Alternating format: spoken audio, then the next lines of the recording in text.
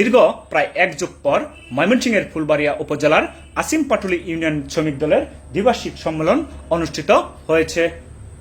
আজ সম্মেলনের উদ্বোধন করেন উপজেলা শ্রমিক দলের সভাপতি মোহাম্মদ সেলিম মিয়া। প্রধান বক্তা হিসেবে বক্তব্য রাখেন উপজেলা শ্রমিক দলের সাধারণ সম্পাদক মোহাম্মদ কাইয়ুম তালুকদার। আসিমপাটুলি ইউনিয়ন পরিষদের সামনে সম্মেলনের প্রধান অতিথি হিসেবে বক্তব্য রাখেন উপজেলা বিএনপির আহ্বায়ক আক্তারুল আলম ফারুক। অন্যান্যদের মধ্যে বক্তব্য রাখেন পৌর বিএনপির আহ্বায়ক একেএম শমশের আলী, উপজেলা বিএনপির যুগ্ম আহ্বায়ক শাহিনুর মল্লিক জীবন, জাকির হোসেন খান বাপ্পি, মহিলা দলের সভাপতি তাহসিনা হক লুনা, কৃষক দলের যুগ্ম আহ্বায়ক আতার আলী কাজল সহ জেলা ও উপজেলার নেতৃবৃন্দ। এই সংগঠন হয়েছে তেমন যুবদল, ছাত্রদল সব সংগঠনগুলি নিয়ে দিবে। কিন্তু আপনারা চিন্তা করে দেখেন, একজন নেতার পক্ষে সারা থানায় নিজের দলের পরেও অন্য দলের লোকজন সকলকে চেনা সম্ভব না।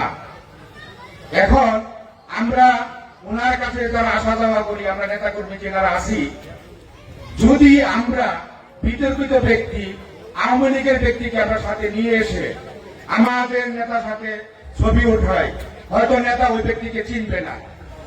এই আমরা নেতাকে এত ভালোবাসি, নেতাকে আমরা এমপি হিসেবে দেখতে চাই, সেই নেতাকে আমরা একজন আওয়ামী লীগের সাথে লোকের সাথে ছবি উঠাই দিয়ে ওনাকে আমরা যেন বিতর্কের মাঝে না ফেলি, সেদিকে আমাদের সজাগ থাকতে হবে।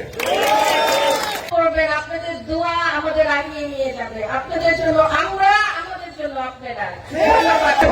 একটি সংগঠনে পরিণত হয়েছে জাতীয়তাবাদী শ্রমিক দল।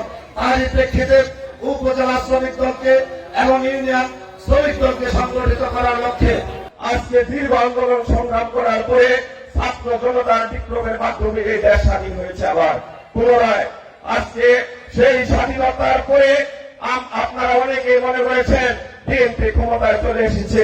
এখনো বিএনপি ক্ষমতায় আসতে পারে নাই, সবে মাত্র টেস্ট হয়েছে। টেস্টের পরে টেস্ট হয়েছে, টেস্ট হবে, তারপরে ফাইনাল হবে। কারণ সামনে নির্বাচন হবে, তার আগে বিভিন্ন জায়গায়, বিভিন্ন স্ট্যান্ডে, বিভিন্ন কলকারখানা, ফ্যাক্টরিতে দেখেছেন যে যারা বিএনপির নাম নিয়ে তারা দাবি করবে, আমাদের একটি চেয়ারম্যান সাহেব বলেছেন তাদেরকে যাতে বিএনপি থেকে বহিষ্কার করা হবে। পাশাপাশি দল থেকে আমরা আমাদের আক্তার আলম ফারুক সাহেবের নেতৃত্বে তাদেরকে বহিষ্কার করবো ইনশাআল্লাহ। আমরা বাংলাদেশকে নতুনভাবে স্বাধীন করতে পেরেছি। সেই স্বাধীনতা করতে গিয়ে যে যারা তাদের বুকে রক্ত দিয়ে এই স্বাধীনতা এনেছেন, তাদের প্রতি আমার এবং আমরা সকলে গভীর শ্রদ্ধা ও ভালোবাসা জ্ঞাপন করছি। এবং আমরা আমাদেরকে ভুলে গেলে, আমরা যারা বেঁচে আছি আমাদেরকে ভুলে গেলে চলবে না। তাদের রক্তের বিনিময়ে আজ আমরা কথা বলতে পেরেছি, আমরা আমাদের ভোটের অধিকার ফিরে পেতে যাচ্ছি। আমরা অনেক কিছু স্বাভাবিক অবস্থায় আনতে পারছি, আমরা সমাজের পরিবর্তন দেখতে পাচ্ছি। অতএব আমাদেরকে অবশ্যই তাদের কথা স্মরণ রাখতে হবে এবং সবসময় আমাদেরকে দোয়া করতে হবে আল্লাহ পাক তাদেরকে যেন ব্যস্তের সর্বোচ্চ মকাম দান করেন।